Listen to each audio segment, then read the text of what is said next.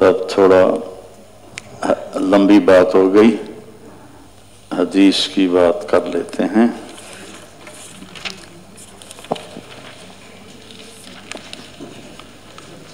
پڑھو کوئی۔ بسم الله الرحمن الرحيم الحمد لله رب العالمين والصلاة والسلام على سيد الأنبياء والمرسلين وعلى آله وأصحابه أجمعين، أما بعد. بسم الله الرحمن الرحيم. باب كيف كان بدء الوحي إلى رسول الله صلى الله عليه وسلم. وقول الله عز وجل إنا أوحينا إليك كما أوحينا إلى نوح والنبيين من بعده. وبه قال حدثنا الحميدي قال حدثنا سفيان قال حدثنا يحيى بن سعيد الأنصاري قال أخبرني محمد بن إبراهيم التيمي أنه سمع علقمة بن وقاص الليثيا يقول سمعت عمر بن الخطاب رضي الله عنه على المنبر يقول سمعت رسول الله صلى الله عليه وسلم يقول إنما الأعمال بالنيات وإنما لامرئ ما نوى، فمن كانت هجرته إلى دنيا يصيبها أو إلى امرأة ينكحها فهجرته إلى ما هاجر إليه. ماشاء اللہ، اللہ قبول فرمائے۔ پہلے تو میں آپ کو یہ چھوٹی سی کہانی سناتا ہوں اپنی سند کے عالی ہونے کی۔ میری عادت تھی کہ میں، اللہ نے ذہن اچھا دیا تھا تو درسی مطالعے سے فارغ ہو کر میں خارجی مطالعہ کافی کرتا تھا۔ اس وقت سے میرا یہ ذوق بنا۔ تو ہمارے ملک میں سند کے عالی اور سافل ہونے کا علمی حلقوں میں بھی پتہ بھی تھا تو ذوق کوئی نہیں تھا، ذوق کوئی نہیں تھا۔ تو مجھے تھوڑی شدبت تھی، تو دورے کے سال میں نے سوچا کہ کون ہمارے اکابر میں زندہ ہے جن سے اجازت مل جائے تو سند عالی ہو جائے گی۔ تو تحریک ریشمی رومال میں نے پڑھی تھی، تو مجھے مولانا عزیر گل رحمہ اللہ کا خیال آیا کہ وہ زندہ ہیں سخا کوٹ میں، تو ان سے جا کے اجازت لینی چاہیے۔ تو میں نے لڑکوں کو تیار کیا، کوئی بھی تیار نہیں، کوئی ذوق ہی نہیں تھا۔ تو دو لڑکے، ایک بنو کا تھا فوت ہو گیا رحمہ اللہ، ایک تھا فتح جنگ کا۔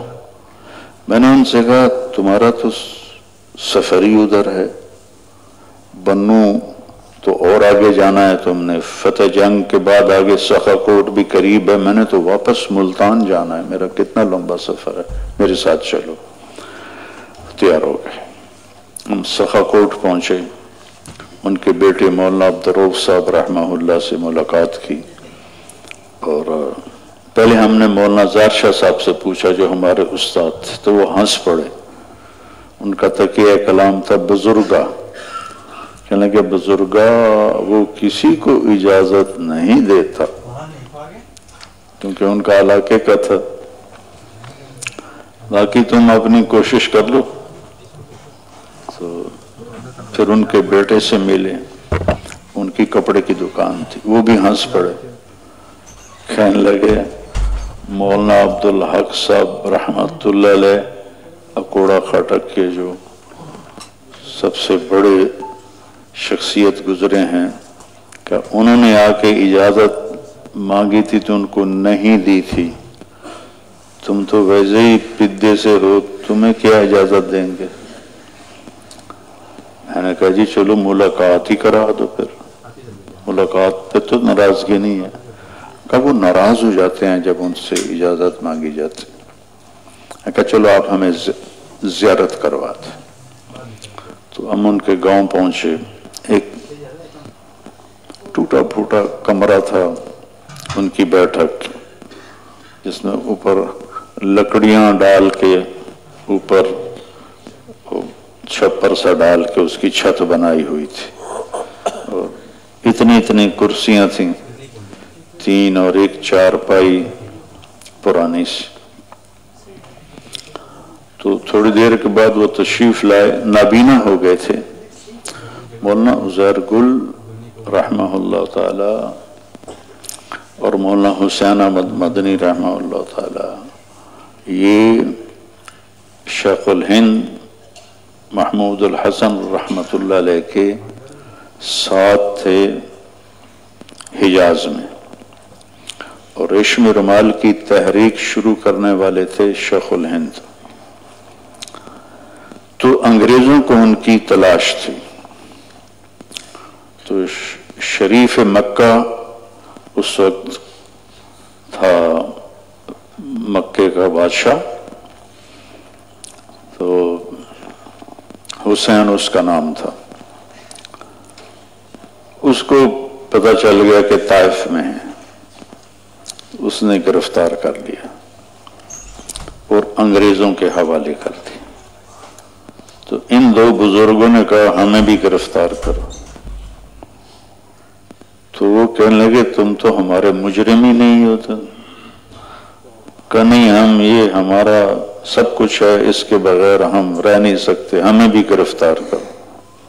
تو ان دونوں نے اپنی گرفتاری ساتھ پیش کر دی، اور پھر مالٹا میں ان کو 3 برس کی قید تنہائی رکھا.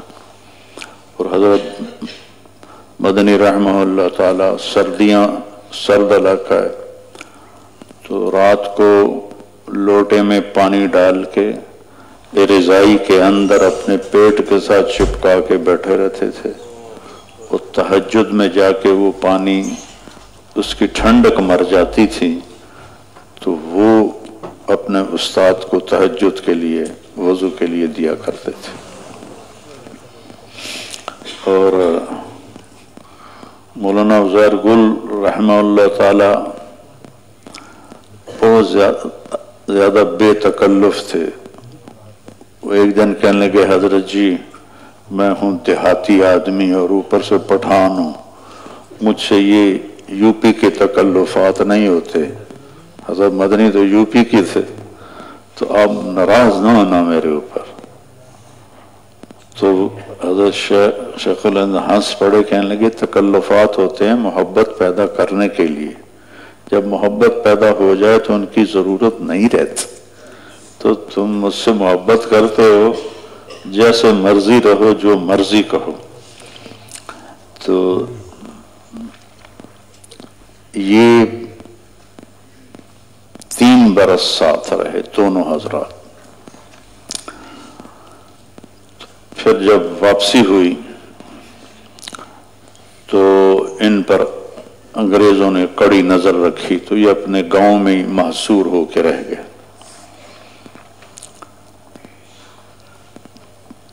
تو ہم جب ان سے ملے، میں نے آج تک کسی دینی شخصیت کو اتنا باروب اور خوبصورت نہیں دیکھا.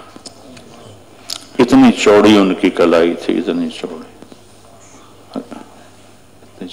اب میری بھی دیکھ لو پتلی جی، یہ میری 2 میلیں تو ان کی 1 بنتی تھی. اتنا 6 فٹ بڑا ڈنڈا، چمکتا رنگ، 90 سال عمر ہو چکی ہے، ایسے انگارے کی طرح رنگ. دیکھتے ہی ہمارے پر روب طاری ہو گئی. میں نے اتنی باروب شخصیت کتنی دنیا پھرا ہوں، 80 سے زیادہ ملک پھرا ہوں، یہاں کے بھی اکابرین سے ملا ہوں، پر ایسا وقار، ایسا روب و دبدبا میں نے نہیں دیکھا. آ کے بیٹھ گئے اور ڈنڈا یہاں رکھ لیا. کون ہو؟ پہلے سوال میں ہی ہماری تو ہوا نکل گئی. میں نے کہا جی ہم طالب علم ہیں. کہاں سے آئے ہو؟ کہ جی رائمنڈ میں پڑھا ہے اور دورہ جامعہ رشیدیہ ساہیوال میں کیا ہے. میرے پاس کیا لینے آئے ہو؟ میں نے کہا جی آپ کی سند عالی ہے، آپ سے اجازت حدیث لینے آئے ہیں، اگر آپ اجازت دے دیں گے تو آپ کا نقصان کوئی نہیں، ہمارا بھلا ہو جائے گا، ہماری آخرت اچھی ہو جائے گی۔ وہ تو ایک دم اچھلے، کوئی جس کا ڈر تھا، اتنے غضبناک ہو کے کیا فرما رہے تھے، میں کوئی عالم ہوں جو میرے پاس آ گئے؟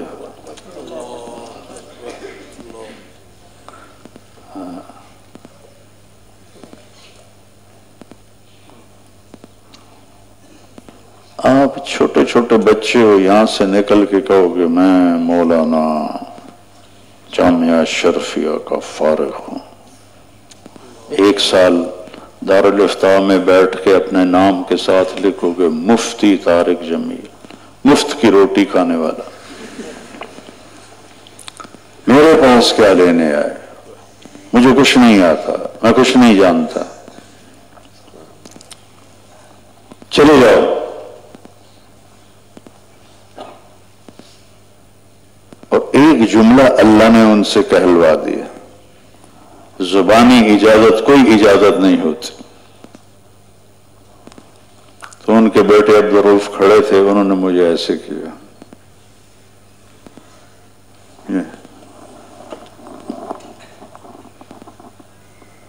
یعنی خاموش۔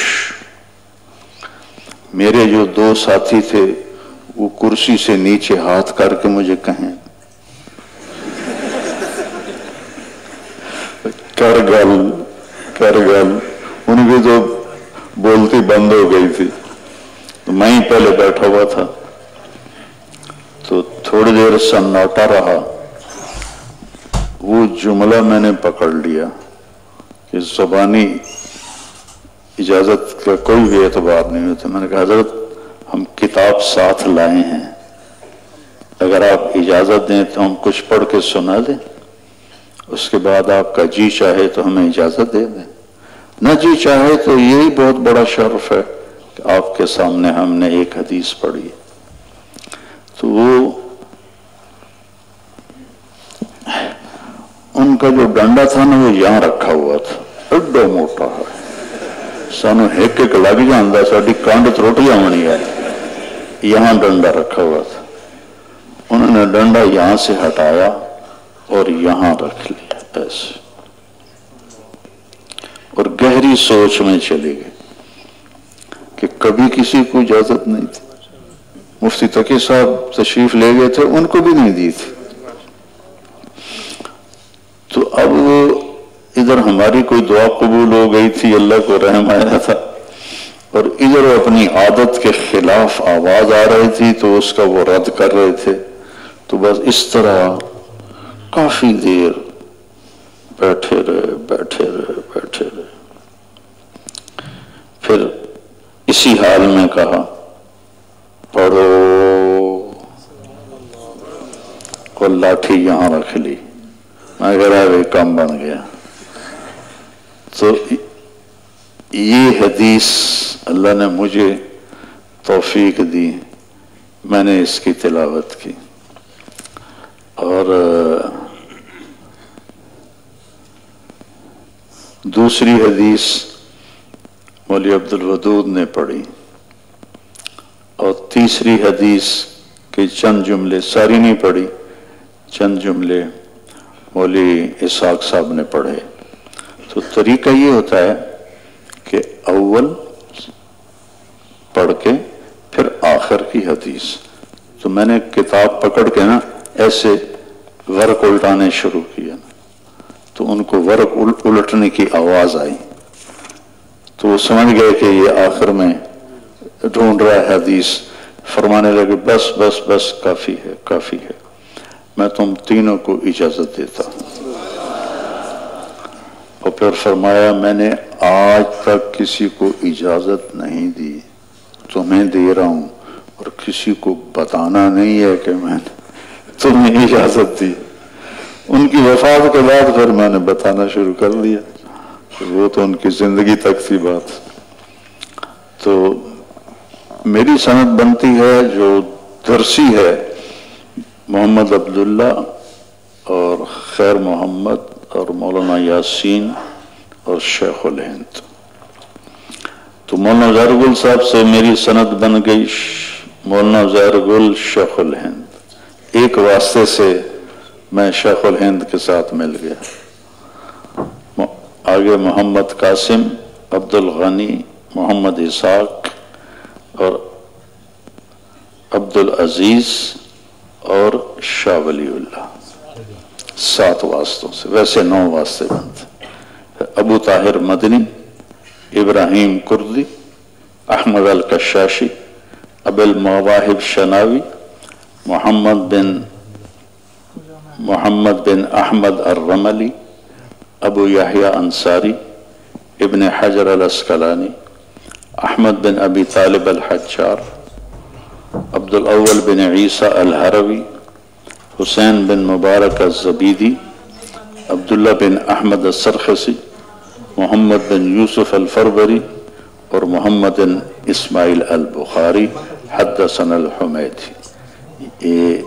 اس طرح میری سند اللہ کے فضل و کرم سے اپنے ساتھیوں میں اللہ نے مجھے یہ دولت دی. مجھے تو پتہ ہی نہیں تھا. میں وہاں بنوری ٹاؤن میں بیان کیا اور یہ قصہ سنایا بچوں کو، تو اساتذہ بھی بیٹھے تھے. اگلے دن مفتی شامزئی رحمہ اللہ شہید کا پیغام آ گیا کہ ہم سارے اساتذہ آپ سے سند حدیث کی اجازت لینا چاہتے ہیں. میں نے کہا یہ کیا بنا؟ وہ ایک ہمارے انگریزی کی کورس میں کتاب تھی، پرزنر آف زینڈا، ایک کہانی تھی. تو بادشاہ کی تاج پوشی ہوتی ہے اور اس کا جو چچا زاد ہوتا ہے وہ اسے ہٹانا چاہتا ہے. تو وہ شہزادہ شکار کے لیے نکلتا ہے تو آگے اس کو ایک شکاری ملتا ہے جو بالکل اس کا ہم شکل ہوتا ہے. تو دونوں ایک دوسرے کو دیکھ کے، کہانی ہے، ایک دوسرے کو دیکھ کے بڑے حیران ہوتے ہیں. کوئی سچی نہیں ہے، ویسے ہمارے درس کی کہانی تھی. تو شکار سے واپسی پر اس کے کزن کے جو دستہ تھا اس نے اس کو اغوا کر لیا اور اس جا کے قلعے میں بند کر دیا. 2 نوکر تھے وہ چھوڑ دیے. اگلے دن تاج پوشی، تو دربار رات کو وہ دونوں اکٹھے ہوئے کہ اب کیا کریں گے، وہ بڑا ظالم ہے، وہ بن گیا تو ہم تو تباہ ہو جائیں. تو ان میں سے ایک نے کہا میں وہ شکاری کو ڈھونڈتا ہوں. وہ شکاری کے پاس گیا، کہنے لگا ایک دن کی بادشاہی ہمیں کر کے دکھا دے. غریب بندہ میری جان تے رحم کرو، مینوں کی پتہ بادشاہی کی ہوندی ہے، کوئی چگل نہ بج جاوے میرے کولو، تو تسی مہربانی کرو. کہنی بس تو نبھا دے ایک تو پھر ہم سنبھال لیں گے. تو اس کو وہ بڑی مشکل سے تیار کر کے لاتے ہیں اور محل میں اس کو بٹھا دیتے ہیں. تو وہ جو کزن ہوتا ہے وہ تھوڑی دیر انتظار کرتا ہے، پھر وہ پادری سے کہتا ہے کہ اب وہ تو ہے نہیں، تو جب تک وہ نہیں آتا آپ میری تاج پوشی کر دیں. تو وہ پادری وہ بجاتے ہیں ٹنٹنے اور وہ تاج یہاں لاتا ہے تو ایک دم شاہی بینڈ بجتا ہے. تو وہ ایسے سارے حیران ہو کر ایسے دیکھتے ہیں. تو پتہ چلا کہ وہ شکاریوں کو وہ شاہی لباس پہنا کے لا رہے ہیں اور وہ بیچارہ ایک پیر ادھر رکھتا ہے کہ ادھر رکھتا ہے کہ ادھر رکھتا ہے کہ ادھر، اور آ کے بیٹھ جاتا ہے اور وہ وہاں عجیب و غریب حرکتیں کرتا ہے.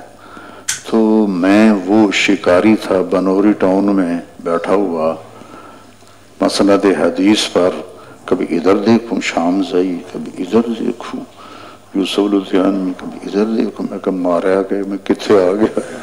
تو میں وہ پرزنر آف زینڈا کا شکاری بن گیا. وہ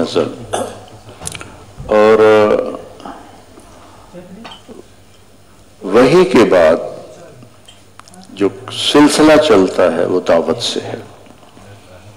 قم فانذر وربک فکبر رب انی دعوت قومی لیلا ونہارا. شیطان بھی کہہ رہا ہے ما کان لی علیکم من سلطان الا ان دعوتکم فاستجبتم لی. دعوت قول نو بھی ہے اور دعوت قول شیطان بھی ہے. دعوت ہے دعوت ہے. پھر شیطان کی دعوت کا مقصد ہے انما یدعو حزبہ لیکونوا من اصحاب السعیر. ٹھیک سمجھ میں آ رہی بات؟ انبیاء کی دعوت کا مقصد ہے وَإِنِّي كُلَّمَا دَعَوْتُهُمْ لِتَغْفِرَ لَهُمْ. انبیاء کی دعوت ہے کہ ان کی معافی ہو جائے. شیطان کی دعوت ہے کہ یہ جہنم میں چلے جائیں. پھر دونوں کی دعوت میں فنائیت ہے. فَبِمَا أَغْوَيْتَنِي لَأَقْعُدَنَّ لَهُمْ صِرَاطَكَ الْمُسْتَقِيمَ ثُمَّ لَآتِيَنَّهُمْ مِنْ بَيْنِ أَيْدِيهِمْ وَمِنْ خَلْفِهِمْ وَعَنْ أَيْمَانِهِمْ وَعَنْ شَمَائِلِهِمْ وَلَا تَجِدُ أَكْثَرَهُمْ شَاكِرِينَ. فنائیت ہے.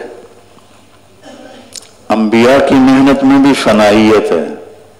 فَلَا تَذْهَبْ نَفْسُكَ عَلَيْهِمْ حَسَرَاتٍ لَعَلَّكَ بَاخِعٌ نَفْسَكَ أَلَّا يَكُونُوا مُؤْمِنِينَ رب انی دعوت قومی لیلا ونہارا فلم یزدہم دعائی الا فرارا وانی کلما دعوتہم لتغفر لہم جعلوا اصابعہم فی آذانہم واستغشوا ثیابہم واصروا واستکبروا استکبارا. آپ سب بچے مجھے ایسے دیکھ رہے ہو، میرا بولنے کو جی چاہ رہا ہے، حالانکہ میں تھک بھی گیا ہوں، ابھی فیصل آباد بھی جانا ہے. اگر آپ کانوں میں انگلیاں دے لو اور یہاں ہاتھ رکھ لو، بولے گا کوئی خطیب یہاں بیٹھ کے؟ چلو اتنا نہ کرو، صرف یوں دیکھنا شروع کر دو تو خطیب کی بولتی بند ہو جائے گی.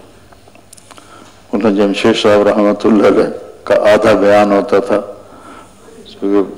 کتنے پٹھان بیٹھے ہوتے تھے جن کو اردو سمجھ میں نہیں آتی تھی، تو کوئی ادھر دیکھ رہا ہوتا تھا تو مولانا کہتا پھر وہ بیان شروع کرتے تو کوئی ادھر اوپر دیکھتا، پھر ادھر کوئی نظر آتا تھا. اور آپ صاحب راجپوت تھے، وہ وہیں صفا کدھر دیکھ رہے ہو، کدھر دیکھ رہے ہو، ادھر دیکھو ادھر دیکھو.